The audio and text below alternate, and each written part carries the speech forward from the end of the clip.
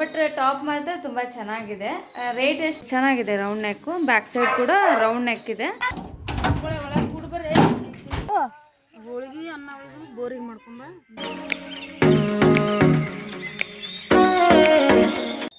Hi friends, welcome back to my new blog. Friends, ಎಲ್ಲರೂ ಹೇಗಿದ್ದೀರಾ? ಚೆನ್ನಾಗಿದ್ದೀರಾ? ನಾನು ಕೂಡ ತುಂಬಾ ಚೆನ್ನಾಗಿದ್ದೀನಿ. ಸೊ ನೀವು ಕೂಡ ಚೆನ್ನಾಗಿದ್ದೀರಾ ಅಂತ ಅಂದ್ಕೊಂಡಿದ್ದೀನಿ. ಸೊ ನಾನಿವಾಗ ಬೆಳಗ್ಗೆಯಿಂದ ಬ್ಲಾಗ್ ಸ್ಟಾರ್ಟ್ ಮಾಡ್ತಾ ಇದ್ದೀನಿ. ಇವಾಗ ಟೈಮ್ ಬಂದುಬಿಟ್ಟು 12 ಆಗ್ತಾಯಿದೆ. ಸೊ ಇವತ್ತು ಚಟ್ಟಿ ಚರ್ಗ ಆಗಿರೋದ್ರಿಂದ ಸೊ ಎಲ್ಲರೂ ಸೇರಿ ಅಡುಗೆ ಮಾಡಿಕೊಂಡು ಹೊಲಕ್ಕೆ ಹೊರಟಿದ್ದೀವಿ. ಸೊ ನಮ್ಮ ತಂಗಿ ಕೂಡ ಫುಲ್ ರೆಡಿ ಆಗಿದ್ದಾಳೆ. ಸೊ ಅವಳು ಟಾಪ್ ತುಂಬ ಚೆನ್ನಾಗಿದೆ ಅಲ್ವಾ?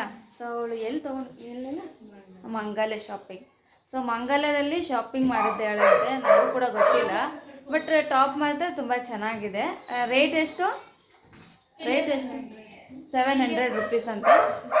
600 ಹಾಂ, 600 ವಿತ್ ಟಾಪ್ ಮತ್ತು ಲೆಗಿನ್ಸ. ಸೊ ಟಾಪ್ ಒಂದೇ ಅಂತೆ. ನಾನು ಕೂಡ ಇವಾಗ ಕೇಳ್ತಾ ಇದ್ದೀನಿ, ಬಿಫೋರ್ ನನಗೆ ಗೊತ್ತಿಲ್ಲ. ಬಟ್ ಚೆನ್ನಾಗಿದೆ. ಮತ್ತು ತೋರಿಸ್ತೀನಿ ನೋಡಿ ನಿಮಗೆ. ಈ ಕಡೆ ಅವಳು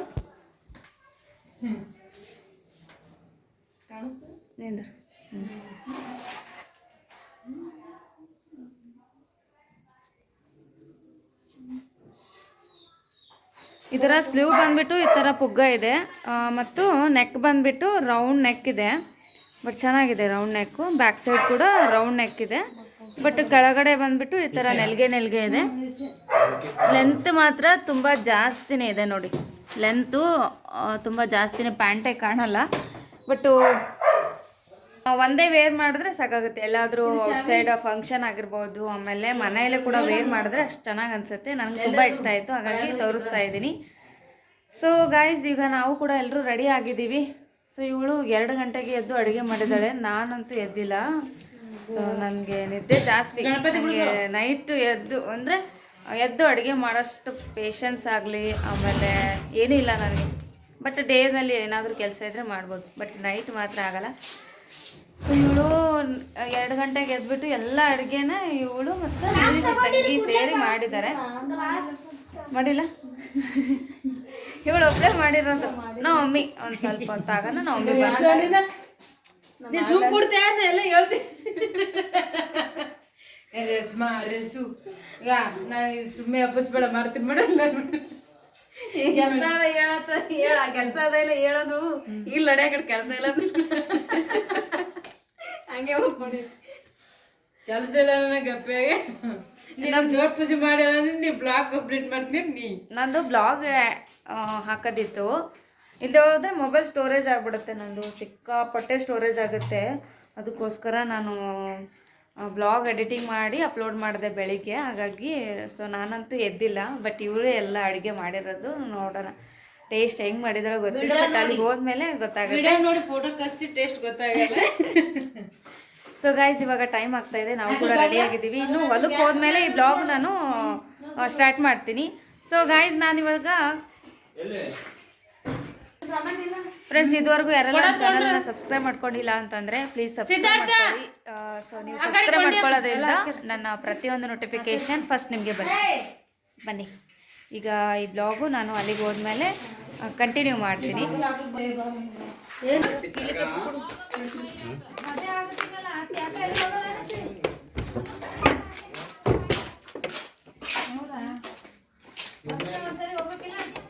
ಗೇಟ್ ಹಾಕಿ ಕಡೆ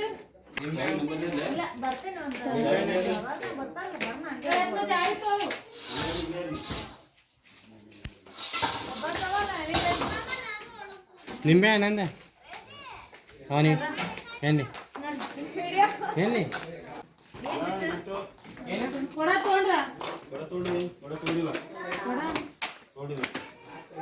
ಕೊಡ ಇಟ್ಟಿದ್ರಲ್ಲಿ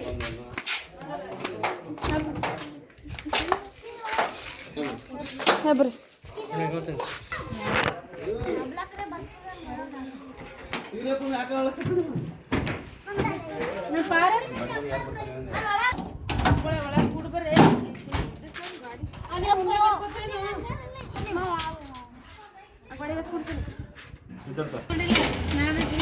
ಬಡ್ದಾಡ್ತದ ಈ ಕಡೆ ಹಿಂದಕ್ಕೆ ಸರ್ರಿ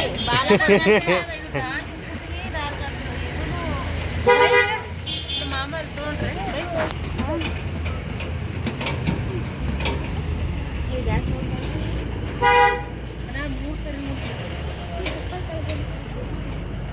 ರಾಣಿ ರಾಣಿ ಒಂಥರ ಅಲ್ಗತ್ತು ಎಲ್ಲಿ ಶೂಟಿಂಗ್ ನಾ ಇದು ಡಿಸೆಂಬರ್ ಅದ ನೀನು ಫೋಟೋ ಸ್ಟೇಟಸ್ ನೋಡಿ ನಾ ಸಚಿನ್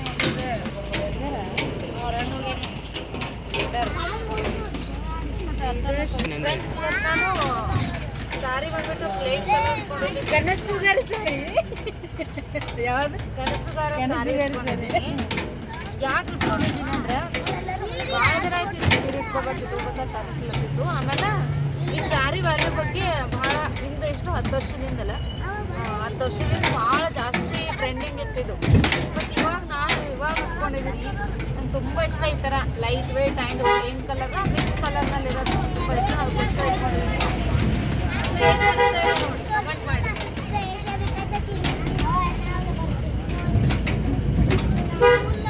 ಅದು ಹಾಕ್ದೆ ನಿನ್ನಿದು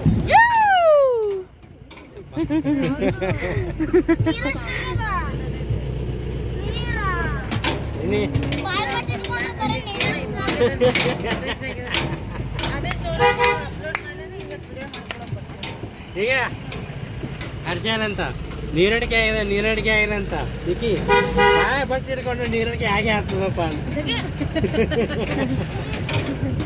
ಬರ್ತೀವಿ ಅರ್ಷ ಬರ್ಬಿಟ್ಟು ಸಣ್ಣ ಹೋತಿ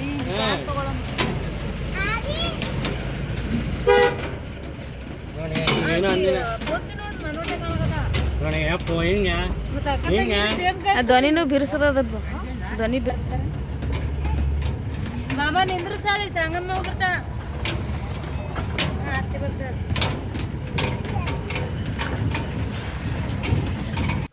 ಬಜ್ಜಿ ಪಲ್ಯ ಮಾಡೀನಿ ಪಾಳೆ ಕೊಟ್ಟು ಅನ್ನ ಮಾಡೀನಿ ಒಂದಿಷ್ಟು ಕಡಿಮೆ ಮಾಡೀನಿ ನಾಲ್ಕು ಅಲ್ಲಿ ಹೋಗ್ಬೇಕಂತ ಮಾಡಿದ್ದೆ ಆ ಹೊಲಕ್ಕೆ ನಾವು ಕರ್ಕೊಂಡು ಹೋಗೋರಿ ಯಾರು ಇಲ್ಲ ಯಾವ ಹೊಲಕ್ಕೆ ಅಲ್ಲಿ ಪೂಜೆ ಮಾಡ್ಕೊಂಡು ಹೊಲಲ್ಲಕತ್ತಾಳು ಎಲ್ಲಾರ ಮನೆಯಾಗ ಎಲ್ಲ ನಾಯಿ ಮನುಷ್ಯರೆಲ್ಲ ಇರ್ಬೇಕತ್ತ ನಾವು ನಮ್ಮಂಗ ಮನುಷ್ಯರು ವರ್ಷ ಬಂದಿತ್ತು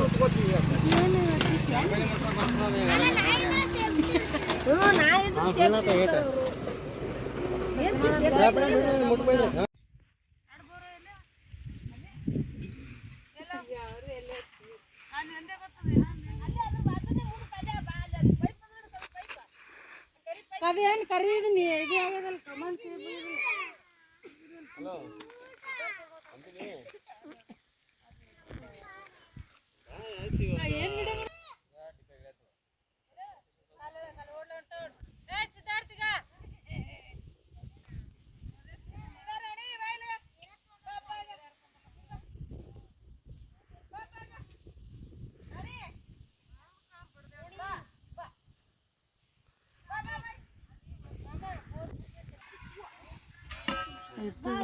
ಕಡುಬಾವು ಊರ್ದು ಮಾಡಿದ್ರು ಉಪಾಯ ಮಾಡೋದು ಮಾಡ್ಬೋದು. ಹೊಲ್ದಾಗ ಇಷ್ಟು ದೇವ್ರು ಮಾಡ್ಕೊಂಡು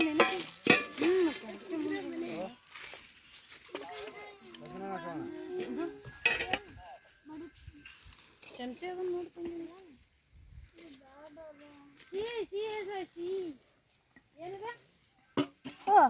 ಹೋಳಿಗೆ ಅನ್ನ ಬೋರಿಗೆ ಮಾಡ್ಕೊಂಬ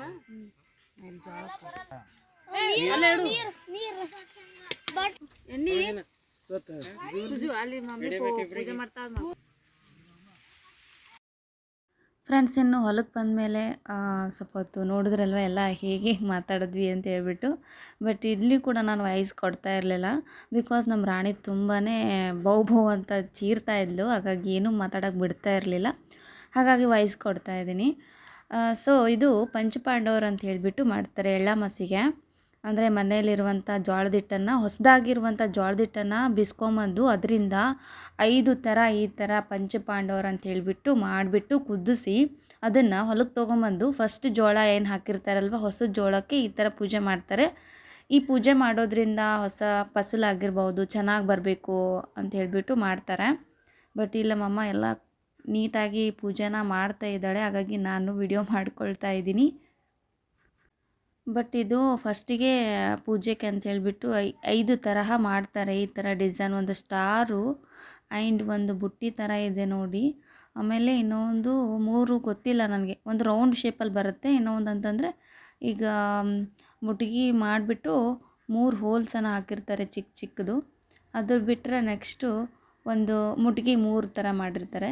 ಬಟ್ ಎಲ್ಲ 5 ಥರ ಮಾಡ್ತಾರೆ. ಇದು ಪಂಚ ಪಾಂಡವರು ಅಂತ ಹೇಳ್ಬಿಟ್ಟು ಮಾಡಿಬಿಟ್ಟು ಜೋಳದ ಕೆಳಗಡೆ ಇಟ್ಬಿಟ್ಟು ಪೂಜೆನ ಮಾಡೋದಿದು. ನೀಟಾಗಿ ಎಲ್ಲ ಕಡೆ ಪೂಜೆನ ಮಾಡೋದು. ಆಮೇಲೆ ಅವತ್ತಿನ ದಿನ ಅಡುಗೆ ಬಂದುಬಿಟ್ಟು ಪ್ರತಿಯೊಂದು ಕೂಡ ಹಳ್ಳಿಯಲ್ಲಿ ಏನೇನು ಇಷ್ಟಪಡ್ತಾರೋ ಅವರಿಗೆ ಊಟನ ಕುದಿಸಿದ ಕಡುಬು, ಆಮೇಲೆ ಭರ್ತ, ಆಮೇಲೆ ಪುಂಡಿ ಪಲ್ಯ, ಚಟ್ನಿ, ಪುಂಡಿ ಪಲ್ಯ, ಖಾರ ಆ್ಯಂಡ್ ಹೆಸರು ಕಾಳಿನ ಪಲ್ಯ, ಆಮೇಲೆ ಹುರುಳಿಕಾಳಿನ ಪಲ್ಯ, ಆಮೇಲೆ ಹೋಳಿಗೆ, ಚಪಾತಿ, ಬದನೆಕಾಯಿ ಆ್ಯಂಡ್ ಸಮಥಿಂಗ್ ಬೇಳೆದು ಪಲ್ಯ. ಸೊ ಎಷ್ಟು ಥರ ಪಲ್ಯಗಳು ಬರುತ್ತೋ ಅಷ್ಟು ಸ್ವಲ್ಪ ಸ್ವಲ್ಪ ಮಾಡ್ಕೊಂಬಂದಿರ್ತಾರೆ. ಕೆಲವೊಬ್ಬರು 1 ಥರ 2 ಥರ ಮಾಡ್ಕೊಂಬರ್ತಾರೆ, ಕೆಲವೊಬ್ಬರು ಜಾಸ್ತಿ ಒಂದು 5 ಥರ ಮಾಡ್ಕೊಂಬರ್ತಾರೆ. ನಮ್ಮ ಮನೇಲಿ ಎಷ್ಟು ಥರ ಮಾಡ್ಕೊಂಬಂದಿದ್ದಾರೋ ಗೊತ್ತಿಲ್ಲ, ನೋಡೋಣ ಎಷ್ಟು ಥರ ಅನ್ನೋದನ್ನು ಕೂಡ ಶೇರ್ ಮಾಡ್ತೀನಿ. ನಮ್ಮಮ್ಮ ಇಲ್ಲಿ ಕಂಪ್ಲೀಟಾಗಿ ಪೂಜೆನ ಮಾಡ್ತಾ ಇದ್ದಾಳೆ. ಅಂದರೆ ಹೊಲಕ್ಕೆ ಬಂದಮೇಲೆ ಫಸ್ಟಿಗೆ ಈ ಪೂಜೆನ ಮಾಡಿಕೊಂಡೇ ಇಡೀ ಹೊಲ ತುಂಬ ಪೂಜೆ ಮಾಡೋದು. ಅಂದರೆ ಎಲ್ಲೆಲ್ಲಿ ದೇವ್ರು ಇರ್ತಾರಲ್ಲ ಅಲ್ಲಿ ಪೂಜೆ ಮಾಡೋದು, ಬೋರ್ ಇತ್ತು ಅಂದರೆ ಬೋರಿಗೆ ಪೂಜೆ ಮಾಡೋದು, ಬಾವಿ ಇತ್ತಂದರೆ ಬಾವಿ ಪೂಜೆ ಮಾಡೋದು, ಹೊಲದಲ್ಲಿ ಏನು ಐಟಮ್ಸ್ ಇದೆಯೋ ಆ ಹೊಲದಲ್ಲಿ ಅವತ್ತಿನ ಡೇ ಪೂಜೆ ಮಾಡೋದು. ನಮ್ಮ ಕಡೆ ಎಳ್ಳಮಾಸಿ ತುಂಬ ಗ್ರ್ಯಾಂಡಾಗಿ ಸೆಲೆಬ್ರೇಷನ್ ಮಾಡ್ತಾರೆ ಹಬ್ಬ ಇದನ್ನು. ಯಾಕಂದರೆ ಎಲ್ಲ ಹೆಣ್ಮಕ್ಳು ಇರ್ತಾರೆ, ಸೊಸೆಯರು ಕೂಡ ಇರ್ತಾರೆ. ಮನೆಯಲ್ಲಿ ಎಲ್ಲರೂ ಒಟ್ಟಿಗೆ ಸೇರುವಂತಹ ಡೇ ಅಂದರೆ ಎಳ್ಳಮಾಸಿನೇ. ಇನ್ನೊಂದಂದರೆ ಮಕ್ಕಳಿಗೂ ಕೂಡ ಇದು ತುಂಬಾ ಇಂಪಾರ್ಟೆಂಟ್ ಆಗುತ್ತೆ. ಈ ಥರ ಹೊಲಕ್ಕೆ ಕರ್ಕೊಂಡ್ಬಂದು ಎಲ್ರಿಗೂ ತಿಳಿಸ್ಕೊಡೋದು. ಇದರಿಂದ ಮಕ್ಕಳಿಗೆ ಸಿಟಿಯಲ್ಲಿ ಬೆಳೆದಿರ್ತಾರಲ್ವ, ಮಕ್ಕಳಿಗೆ ಇದ್ರ ಬಗ್ಗೆ ಏನೂ ಗೊತ್ತಿರಲ್ಲ. ನಾವು ಅವಾಗವಾಗ ಈ ಥರ ಹೊಲಕ್ಕೆ ಕರ್ಕೊಂಡ್ಬಂದು ಅವರಿಗೆ ಎಲ್ಲ ಹೇಳ್ಕೊಡ್ಬೇಕು. ಆವಾಗ ಹಳ್ಳಿ ನಾಲೆಜ್ ಆ್ಯಂಡ್ ಸಿಟಿ ನಾಲೆಜು ಎರಡೂ ಬರುತ್ತೆ. ನಾವು ಸಿಟಿಯಲ್ಲಿ ಇದ್ದರೆ ಬರೀ ಹಳ್ಳಿ ನಾಲೆಜು ನೆನಪಾರ್ಬಿಟ್ವಿ ಅಂದರೆ ಮಕ್ಕಳ ಮೇಲೆ ಭಾಳ ಕೆಟ್ಟ ಪರಿಣಾಮ ಬೀರುತ್ತೆ. ಅದಕ್ಕೋಸ್ಕರ ನಾವು ವರ್ಷದಲ್ಲಿ ಒಂದು 5 ದಿನ ಹಳ್ಳಿಯಲ್ಲಿ ಬಂದು ಡೇನ ಕಳೆದ್ರೆ ಅವರಿಗೂ ಒಂದು ಮೈಂಡ್ ರಿಲೀಫ್ ಆಗುತ್ತೆ. ಹಾಗೆ ಸೊ ಐಟಮ್ಸ್ ಎಲ್ಲ ಇಟ್ಟು ಪೂಜೆ ಮಾಡಿದ್ಮೇಲೆ ಏನು ಅಡುಗೆ ಮಾಡ್ಕೊಂಬಂದಿರ್ತಾರಲ್ವ ಅದು ಸ್ವಲ್ಪ ಸ್ವಲ್ಪ ಎಲ್ಲ ಇಟ್ಬಿಟ್ಟು ಪೂಜೆ ಆದಮೇಲೆ ನೈವೇದ್ಯ ಹಿಡಿದು ಅದು ಎಲ್ಲ ಕಂಪ್ಲೀಟಾಗಿ ಕಲಿಸ್ಬಿಡ್ತಾರೆ ಕೈಯಿಂದ. ನಮ್ಮಮ್ಮ ಕಲಿಸ್ತಾ ಇದ್ದಾಳೆ ನೋಡಿ, ಇಲ್ಲಿ ಪ್ಲೇಟ್ನಲ್ಲಿ ಹೋಳಿಗೆ, ಚಪಾತಿ, ಪಲ್ಯ ಆ್ಯಂಡ್ ಅನ್ನ ಎಲ್ಲ ಕಲಿಸ್ಬಿಟ್ಟು ಹೊಲದ ತುಂಬ ಹೊಡಿತಾರಂತೆ. ಈ ಥರ ಚಟ್ಟಿ ಚರ್ಗ ಅಂದರೆ ಇದೆ. ನನಗೂ ಅಷ್ಟೊಂದು ಗೊತ್ತಿಲ್ಲ, ಬಟ್ ನನಗೆ ಎಷ್ಟು ಗೊತ್ತಿದೆ ನಾನು ಮಾತ್ರ ಅಷ್ಟೇ ಶೇರ್ ಮಾಡ್ತಾಯಿದ್ದೀನಿ. ಈ ಥರ ಹೊಲದ ತುಂಬ ಹೊಡಿತಾರೆ. ಹೊಡೆಯೋರು ಹೊಲದ ತುಂಬ ಹೊಡಿತಾರೆ, ಹೊಡಿಲಾರ್ದರು ಒಂದು ಅರ್ಧ ದಾರಿನಾದರೂ ಹೊಡೆದ್ಬಿಟ್ಟು ಬರ್ತಾರೆ. ಇದೇ ಚಟ್ಟಿ ಚರ್ಗ ಅಂದರೆ ಇದೆ ಅಂತ ಅಂದ್ಕೊಂಡಿದ್ದೀನಿ. ಸೊ ಈ ಥರ ಹೊಡೆಯೋದ್ರಿಂದ ಇನ್ನು ಏನು ಗುಬ್ಬಿ, ಕಾಗೆ, ಪಕ್ಷಿಗಳೆಲ್ಲ ಇರುತ್ತಲ್ಲ ಅದೆಲ್ಲ ಜಾಸ್ತಿ ಬಂದು ಸೊ ಈ ತೆನೆನ ಹಾಳು ಮಾಡಲ್ಲಂತೆ. ಆಮೇಲೆ ಎಲ್ಲ ಬಂದು ಏನು ಐಟಮ್ಸ್ ಇಟ್ಟಿರ್ತಾರೋ ಹಾಕಿರ್ತಾರಲ್ವ ಅದನ್ನು ಮಾತ್ರ ತಿಂತಾವಂತೆ. ಸೊ ಅವ್ರದ್ದೇನೋ ಒಂದು ಹಿಂದಿಂದು ಪದ್ಧತಿ, ಹಾಗಾಗಿ ನಾವು ಕೂಡ ಪಾಲನೆ ಮಾಡಲೇಬೇಕು. ಹಾಗಾಗಿ ನಮಗೂ ಕೂಡ ತಿಳಿದಂಗೆ ಆಗುತ್ತೆ ಅಂತ ಹೇಳ್ಬಿಟ್ಟು ನಾನು ಹೊಲಕ್ಕೆ ಬಂದಿದ್ದೀನಿ. ಇನ್ನು ಅದಾದಮೇಲೆ ನಾವು ಇಲ್ಲಿ ಬೋರಿಗೆ ಪೂಜೆ ಮಾಡ್ಕೊಂಬಂದ್ರಾಯ್ತು ಅಂತ ಹೇಳ್ಬಿಟ್ಟು ಹೊರಟಿದ್ದೀವಿ. ಇನ್ನು ನಮ್ಮ ಅಪ್ಪ ಅಮ್ಮನ ಹೊಲದಲ್ಲಿ 2 ಬೋರ್ಗಳನ್ನು ಹಾಕಿದ್ದಾರೆ. ಫ್ರೆಂಡ್ಸ್ ಇವಾಗ ಬಂದು ಎಲ್ಲ ನೀಟಾಗಿ ಅಲ್ಲಿ ಇಟ್ಟಿದ್ದೀವಿ. ಬಟ್ ಅದಾದಮೇಲೆ ನಮ್ಮ ಮಮ್ಮಿ ಜೋಳಕ್ಕೆ ಪೂಜೆ ಮಾಡ್ಕೊಂಬಂದರು. ಸೊ ಹೇಗೆ ಪೂಜೆ ಮಾಡ್ಕೊಂಬಂದ್ರು ಅನ್ನೋದನ್ನು ವಿಡಿಯೋದಲ್ಲಿ ತೋರಿಸ್ತೀನಿ. ಸೊ ಇವಾಗ ನಾವು ಕಬ್ಬಿನದು ಪೂಜೆ ಮಾಡ್ಕೊಂಡು ಆದಮೇಲೆ ಇಲ್ಲಿ ಬೋರ್ಗೆ ಪೂಜೆ ಮಾಡೋಣ ಅಂತ ಹೊರಟಿದ್ದೀವಿ. ಇದೊಂದೇ ಬೋರ್ ಇರೋದು. ಹಾಯ್ ಮಾಡೋಕ್ಕ. ಅಲ್ಲೊಂದು ಬೋರ್ 2 ಬೋರ್ ಪೂಜೆ ಮಾಡಬೇಕು. ಆಮೇಲೆ ಅಲ್ಲಿ ದೇವ್ರಿದ್ದಾನೆ, ಅಲ್ಲಿ ಪೂಜೆ ಮಾಡ್ಕೊಂಬರ್ಬೇಕು ಈಗ. ಸೊ ಇವಾಗ ಬನ್ನಿ ಹೋಗಿ ಪೂಜೆ ಮಾಡ್ಕೊಂಬರೋಣ. ಫ್ರೆಂಡ್ಸ್ ಇಲ್ಲಿ ಬೋರ್ ಪೂಜೆ ಮಾಡ್ತಾ ಇದ್ದಾರೆ ನಮ್ಮ ಅತ್ತಿಗೆ. ಈ ಹೊಲದಲ್ಲಿ ನಾವು 2 ಬೋರ್ ಹಾಕ್ಸಿದ್ದೀವಿ. ಒಂದು ಕಡಿಮೆ ನೀರು ಬಿದ್ದಿದೆ, ಒಂದು ಜಾಸ್ತಿ ನೀರು ಬಿದ್ದಿದೆ.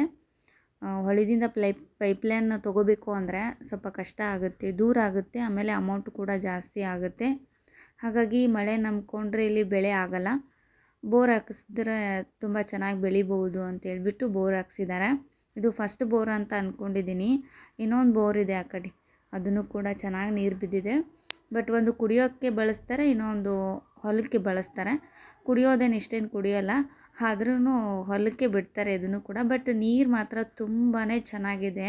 ಇಷ್ಟು ಚೆನ್ನಾಗಿದೆ ಅಂದರೆ ನೀರು ನಾವು ಫಿಲ್ಟರ್ ನೀರು ಕುಡಿತೀವಲ್ವ ಅದೇ ಥರ ಫೀಲ್ ಬರುತ್ತೆ. ತುಂಬ ತಣ್ಣಗೆ ಆ್ಯಂಡ್ ಸ್ವೀಟ್ ಆಗಿದೆ, ರುಚಿ ರುಚಿಯಾಗಿದೆ. ಈ ಕೆಲವೊಂದು ಕಡೆ ನೀರೆಲ್ಲ ಹಾಕಿರ್ತಾರೆ, ಸೌಳೆ ಬಿದ್ದಿರುತ್ತೆ, ನೀರು ಅಷ್ಟೊಂದು ಸರಿ ಇರಲ್ಲ. ಬಟ್ ಭೂಮಿ ಫಲವತ್ತತೆ ನಾವು ತೆಗಿಬೇಕು ಅಂದರೆ ನೀರು ಕೂಡ ಚೆನ್ನಾಗಿರಬೇಕು. ಈಗ ನಾವು ಅಡುಗೆ ಮಾಡ್ತೀವಿ, ಸೌಳು ನೀರು ಹಾಕಿದ್ರೆ ಹೇಗೆ ಅಡುಗೆ ಬರುತ್ತೆ, ಚೆನ್ನಾಗಿ ಬರಲ್ಲ ಅಲ್ವಾ. ಅಡುಗೆ ಕೂಡ ಸೌಳಾಗಿರುತ್ತೆ, ಟೇಸ್ಟ್ ಅಷ್ಟೊಂದು ಚೆನ್ನಾಗಿ ಬರೋಂಗಿಲ್ಲ. ಇನ್ನು ರುಚಿ ನೀರು ಹಾಕಿದ್ರೆ ಅಡುಗೆ ಕೂಡ ಅಷ್ಟೇ ಚೆನ್ನಾಗಿರುತ್ತೆ. ಹಾಗೆ ಬೆಳೆಗೂ ಕೂಡ ನೀರು ಚೆನ್ನಾಗಿದ್ದರೆ ಬೆಳೆ ಕೂಡ ಅಷ್ಟೇ ಚೆನ್ನಾಗಿ ಬರುತ್ತೆ, ಸ್ವೀಟ್ ಆಗಿರುತ್ತೆ. ಹಾಗಾಗಿ ಆಗಳೇ ಒಂದು ನಾನು ಬೋರ್ ಪೂಜೆ ಮಾಡಿದ್ರಲ್ವ, ಅದು ಒಂದು ಮತ್ತು ಇದು ಒಂದು, ಹಾಗಾಗಿ ಎರಡೂ ಬಳಸ್ತಾರೆ. ಇಲ್ಲಿ ನೀರು ಬೀಳಲ್ಲ ಅಂತ ಅಂದ್ಕೊಂಡಿದ್ರಂತೆ ನಮ್ಮ ಪಪ್ಪ ಫಸ್ಟಿಗೆ. ಅದಾದಮೇಲೆ ಒಂದು ಸಾರಿ ನೀರು ಬೀಳುತ್ತೋ ಇಲ್ವಾ ಅಂತ ಹೇಳ್ಬಿಟ್ಟು ಒಂದು ಟ್ರೈ ಮಾಡಿದಾಗ ನೀರು ಬಿದ್ದಿದೆ, ಕಡಿಮೆ ಬಿದ್ದಿದೆ ಅಂತ ಹೇಳ್ಬಿಟ್ಟು ಇನ್ನೂ ಒಂದು ಹಾಕಿಸಿದ್ರು.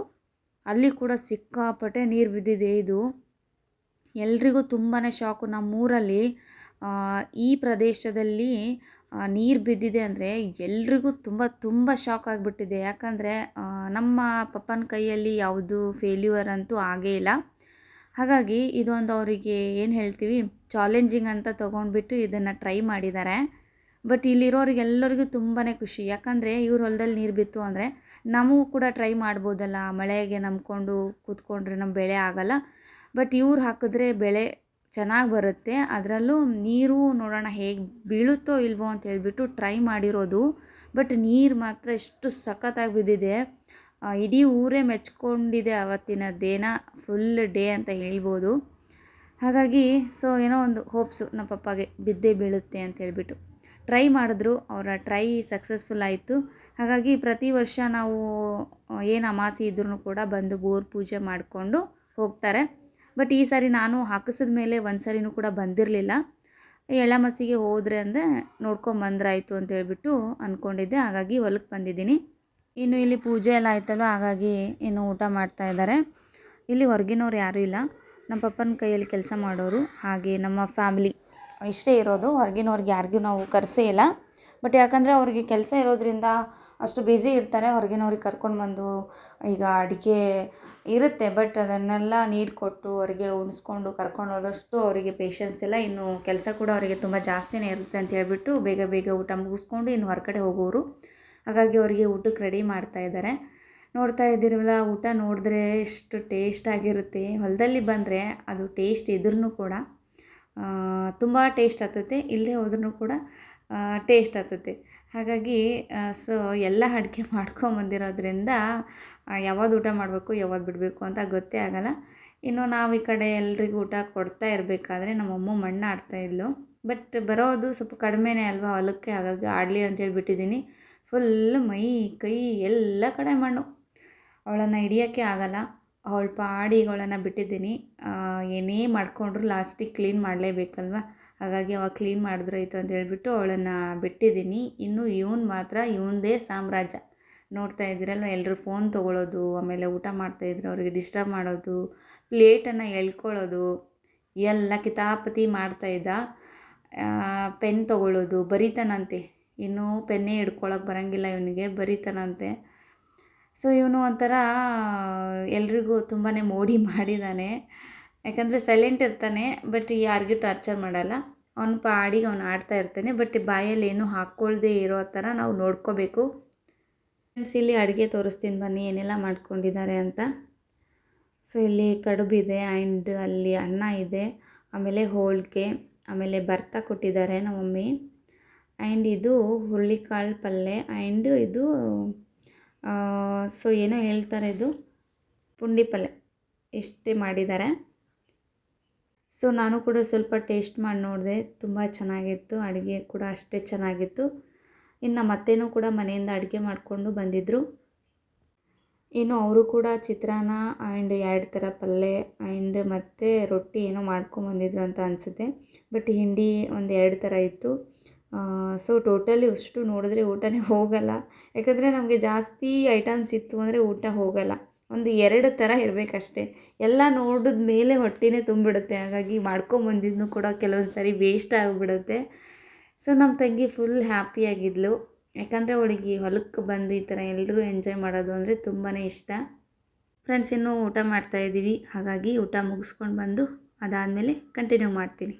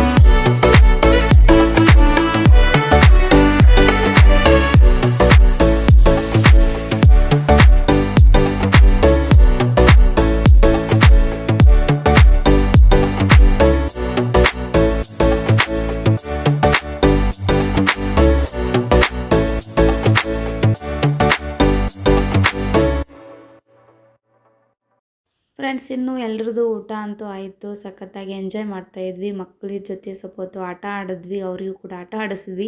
ಫುಲ್ ಹೊಲನೆಲ್ಲ ತಿರುಗಾಡ್ಕೊಂಡು ಬಂದ್ವಿ. ಆಮೇಲೆ ಮುಟ್ಟಾಟ ಆಡಿದ್ವಿ. ಆಮೇಲೆ ಇಲ್ಲಿ ಡಕೋಟ ಆಡಬೇಕು ಅಂತ ಅಂದ್ಕೊಂಡ್ವಿ. ಬಟ್ ಜೋಳದಲ್ಲಿ ಹೋದ್ವಿ ಅಂತಂದರೆ ಎಲ್ಲರೂ ದಿಕ್ಕು ತಪ್ಪು ಹೋಗ್ಬಿಡ್ತೀವಿ. ಯಾಕಂದರೆ ಮತ್ತೆ ಹುಡ್ಕೊಂಬರ್ಬೇಕು ಅಂದರೆ ತುಂಬಾ ಕಷ್ಟ. ಒಳಗಡೆ ಹೋದರೆ ಯಾರು ಹುಡ್ಕೊಂಬರೋದು? ಮಕ್ಕಳು ಚಿಕ್ಕ ಚಿಕ್ಕ ಮಕ್ಕಳು ಇರ್ತಾರೆ. ಇನ್ನು ಒಳಗಡೆ ಹೋದ್ರು ಅಂತಂದರೆ ಅವರು ತುಂಬ ಭಯ ಪಟ್ಕೊಂಡ್ಬಿಡ್ತಾರೆ ಅಂತ ಹೇಳ್ಬಿಟ್ಟು, ಹಾಗಾಗಿ ಅವರನ್ನು ಇಲ್ಲೇ ಹೊರಗಡೆನೇ ಸ್ವಲ್ಪ ಹೊತ್ತು ಆಟ ಆಡಿಸ್ದೆ. ಫ್ರೆಂಡ್ಸ್, ಇವಾಗ ನಮ್ಮದಂತೂ ಊಟ ಆಯಿತು. ಸೊ ಮಕ್ಕಳದೆಲ್ಲರದ್ದು ಊಟ ಆಯಿತು. ಆಮೇಲೆ ಸಖತ್ತಾಗಿ ಎಂಜಾಯ್ ಮಾಡಿದ್ವಿ ಹೊಲಕ್ಕೆ ಬಂದು. ಸೊ ಗೈಸ್, ಈಗ ನಾವು ಎಲ್ಲ ನೀಟಾಗಿ ಕಟ್ಕೊಂಡು ಇನ್ನು ಮನೆಗೆ ಹೋಗ್ತಾ ಇದ್ದೀವಿ. ಸೊ ಇವಾಗ 5 o'clock ಊರಿಗೆ ಹೋಗಬೇಕು. ಅಪ್ಪು ಬರ್ತಾ ಇಲ್ಲ.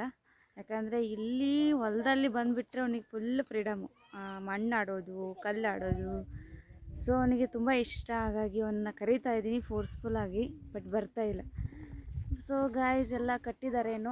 ಇನ್ನು ಮನೆಗೆ ಹೋಗಬೇಕು. ಇವಾಗ ಟೈಮ್ ಬಂದುಬಿಟ್ಟು 4 o'clock ಆಗ್ತಾಯಿದೆ. 5 o'clock ಬಸ್ ಇರೋದು. ಬಟ್ ಬಸ್ಸಿಗೆ ಹೋಗಬೇಕು ಅಂತ ಅಂದ್ಕೊಂಡಿದ್ದೀನಿ. ನೋಡೋಣ. ಸೊ ಈ ಬ್ಲಾಗು ನಾನು ಮತ್ತೆ ಮನೆಗೆ ಹೋದ್ಮೇಲೆ ಕಂಟಿನ್ಯೂ ಮಾಡ್ತೀನಿ. ಓಕೆ, ಫ್ರೆಂಡ್ಸ್, ಇವಾಗ ಟೈಮ್ ಬಂದುಬಿಟ್ಟು 4:20 ಏನಾಗ್ತಾಯಿದೆ. ಮನೆಗೆ ಹೊರಟಿದ್ದೀವಿ. 5 o'clock ಬಸ್ ಇರೋದ್ರಿಂದ ನಾನು ಹೋಗಿ ಬ್ಯಾಗ್ ಎಲ್ಲ ಮಾಡ್ಕೋಬೇಕು. ಹಾಗಾಗಿ ಸೊ ಬಸ್ ಮಿಸ್ ಮಾಡಿಕೊಂಡ್ರೆ ತುಂಬಾ ಕಷ್ಟ ಆಗುತ್ತೆ. ಯಾಕಂದರೆ ಇಲ್ಲಿಂದ ಡೈರೆಕ್ಟಾಗಿ ಇರೋದ್ರಿಂದ ಸೊ ಡೈರೆಕ್ಟ್ ಬಸ್ಸಿಗೆ ಹೋಗ್ತೀವಿ. ಇನ್ನು ರೀಚ್ ಆಗೋದಕ್ಕೆ ನಮಗೆ 2 hours ಬೇಕಾಗುತ್ತೆ. ಸೊ ಗೈಸ್, ಇವತ್ತಿನ ಬ್ಲಾಗು ನಾನು ಇಲ್ಲಿಗೆ ಎಂಡ್ ಮಾಡ್ತಾಯಿದ್ದೀನಿ. ಐ ಹೋಪ್ ಈ ವಿಡಿಯೋ ಇಷ್ಟ ಆಗಿತ್ತು ಅಂದರೆ ಲೈಕ್ ಮಾಡಿ, ಶೇರ್ ಮಾಡಿ, ಹಾಗೆ ಕಮೆಂಟ್ ಮಾಡಿ ಅಂತ ಹೇಳ್ತಾ, ನಾಳೆ ಇನ್ನೊಂದು ಹೊಸ ವಿಡಿಯೋದೊಂದಿಗೆ ಮತ್ತೊಮ್ಮೆ ಸಿಗ್ತೀನಿ. ಅಲ್ಲಿವರೆಗೂ ಟೇಕ್ ಕೇರ್. ಬಾಯ್.